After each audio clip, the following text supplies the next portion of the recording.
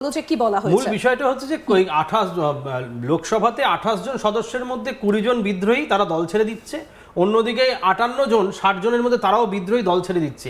এই অবস্থায় যাতে কোনো রকমভাবেই এই সংশ্লিষ্ট অ্যাকাউন্ট থেকে কোনো টাকা পয়সা লেনদেন না হয় এবং কেউ যদি তার সই করা যে অথরিটি সিগনেচার করা যে চেকটা রয়েছে, বেশ কিছু চেকে সই করে রাখেন অনেক নেতৃত্ব কোষাধ্যক্ষই, অরূপ বিশ্বাসও করেছিলেন, যাতে সেই চেকগুলোর অপব্যবহার না হয় সেটাও কিন্তু চিঠিতে উল্লেখ করা হয়েছে। আচ্ছা, তারপরে কি বলা হয়েছে পরের অংশটা, in view there exists a genuine and reasonable apprehension that the funds belonging to the party may be dealt with, utilized or appropriate by person who are not duly authorized to do so. আমি কৌশিক একটা জিনিস বলবো যে এখানে appropriate কথাটা use করা হয়েছে, মানে কারা ইউজ করতে পারবেন আর কারা পারবেন না এখানে কি সেটা বলা হয়েছে? মানে এটা কি কেউ ইউজ করতে পারবে না এই অ্যাকাউন্টটা আপাতত? যেহেতু এটা বিচারাধীন সেই কারণে অ্যাপ্রোপ্রিয়েট শব্দটা কোর্ট ঠিক করবে কারা অ্যাপ্রোপ্রিয়েট, কারা আদি মানে আসল তৃণমূল, তারপরে এই টাকা ব্যবহার করা যাবে। অরূপ বিশ্বাস কোষাধ্যক্ষ হিসেবে তিনি কোনো রকম ঝামেলায় যাতে না পড়েন তাই এই চিঠি দিয়ে ব্যাংককে সতর্ক করলেন যে ব্যাংক আমাদের দলের মধ্যে প্রভূত গন্ডগোল চলছে, সেই কারণে আপাতত যাবতীয় লেনদেন বন্ধ রাখা হোক। আচ্ছা, তারপরের অংশটা পড়ি, খুব দ্রুত একটু পড়ি কারণ এরপরে আমরা আরো একটা জিনিস দেখাবো। The funds of the party ought to be preserved and utilized only by those persons who constitute the legitimate and authorized leadership and who are lawfully entitled to act in the name of the party and exercise control over its name, symbol, assets and affairs.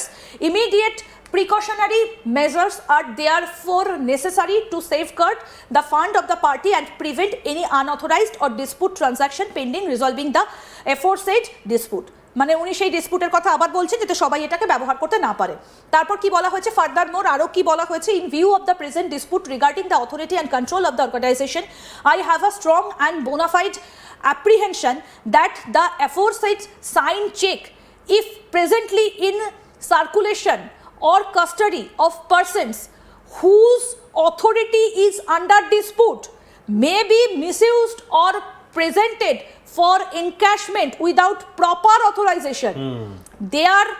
Therefore exists a real and imminent risk of unauthorized transaction being carried out through the aforesaid account. মানে যদি এমন কারোর কথা বলেছেন যারা এই মুহূর্তে এই বিদ্রোহী দলে নাম লিখিয়েছেন কিন্তু একটা সময় তৃণমূলে মমতা বন্দ্যোপাধ্যায়ের খুব ঘনিষ্ঠ ছিলেন, সেই রকম যদি কেউ কারোর কাছে এই চেকটা থেকে থাকে সেইটাও যেন গ্রহণ করা না হয়।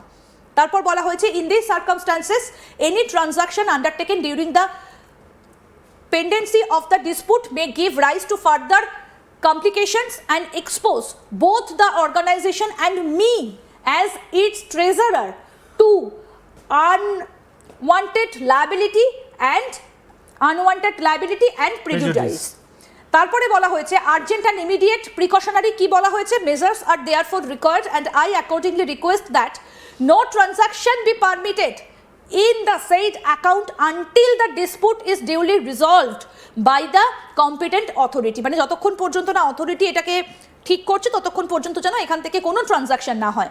The request is made bona fide and solely with a view of safeguard the funds of the organization and preventing any unauthorized or disputed operation of the account and further solely as a protective measure to preserve the funds of the organization and prevent any unauthorized or dispute operation of the account. খুব স্পষ্ট করে বলা হয়েছে যতক্ষণ পর্যন্ত এই ডিসপুটটা মীমাংসা না হচ্ছে বন্ধ রাখা হোক।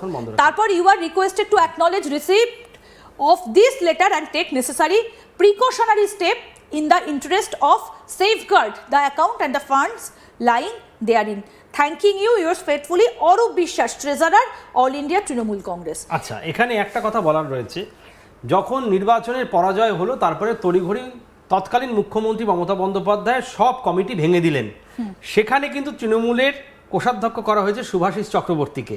অর্থাৎ এই চিঠি দেওয়ার কতটা যৌক্তিকতা রয়েছে অরূপ বিশ্বাসের এটা নিয়েও কিন্তু প্রশ্ন আছে, কারণ তৃণমূল কি এখন তো অরূপ বিশ্বাস তৃণমূলের কোষাধ্যক্ষ নন, তিনি কেন এই চিঠি দিলেন, আদৌ কি এই চিঠি দেওয়ার কোনো এখতিয়ার তার রয়েছে, সাইনিং অথরিটি এখন কে শুভাশিস চক্রবর্তী না অরূপ বিশ্বাস, সেই বিষয়টিরও কিন্তু নিষ্পত্তি করা হয়নি তৃণমূলের পক্ষ থেকে। কিন্তু এই চিঠিটা তো ব্যাংক রিসিভ করেছে, রিসিভ কপি একদম 16/6/2026 রিসিভ করেছে। ব্যাংকের কাছে তুমি যদি কোনো চিঠি নিয়ে যাও, ব্যাংক সেটা নট ভেরিফাইড বলে রিসিভ করবে, কিন্তু এরপরে ব্যাংক পরবর্তী সিদ্ধান্ত নেবে, তারা এই অ্যাকাউন্টটিকে খতিয়ে দেখবে, অথরিটি সিগনেচার কার থাকার কথা, অথরিটি মানে সাইনিং অথরিটি কার থাকার কথা সেটাও দেখবে। এবং তৃণমূলের পক্ষ থেকে আশা করা যায়, ইতিমধ্যেই ব্যাংকে জানিয়ে দেওয়া হয়েছে যে অরূপ বিশ্বাস আর কোষাধ্যক্ষ নয়, শুভাশিস চক্রবর্তী সে কোষাধ্যক্ষ। এখন মূল বিষয় হচ্ছে পুরোটাই ব্যাংকের নিয়ন্ত্রণাধীন।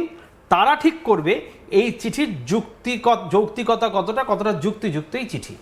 একদম। এবং অরূপ বিশ্বাসের আদৌ এই চিঠি দেবার কতটা তার এখতিয়ার রয়েছে সেটা নিয়েও কিন্তু প্রশ্ন উঠছে। একটু ইলেকটোরাল বন্ডে যাই পার্টি ওয়াইজ, তাহলে যেটা আসবে আমি একটু দেখাই এখানে যে এই কত নম্বরে রয়েছে তৃণমূল কংগ্রেস, সেটা একটু আপনাদেরকে দেখাই যে কত টাকা রয়েছে তৃণমূল কংগ্রেসের কাছে এবং কি বলা হয়েছে। দেখুন, সব থেকে ধনী, এটা party wise highest two lowest রয়েছে, মানে যে সব থেকে বেশি ধনী তার নামটা সবার ওপরে রাখা হয়েছে। এখানে আমরা সবাই জানি ভারতীয় জনতা পার্টি বিজেপির কাছে সবচেয়ে বেশি ফান্ড রয়েছে।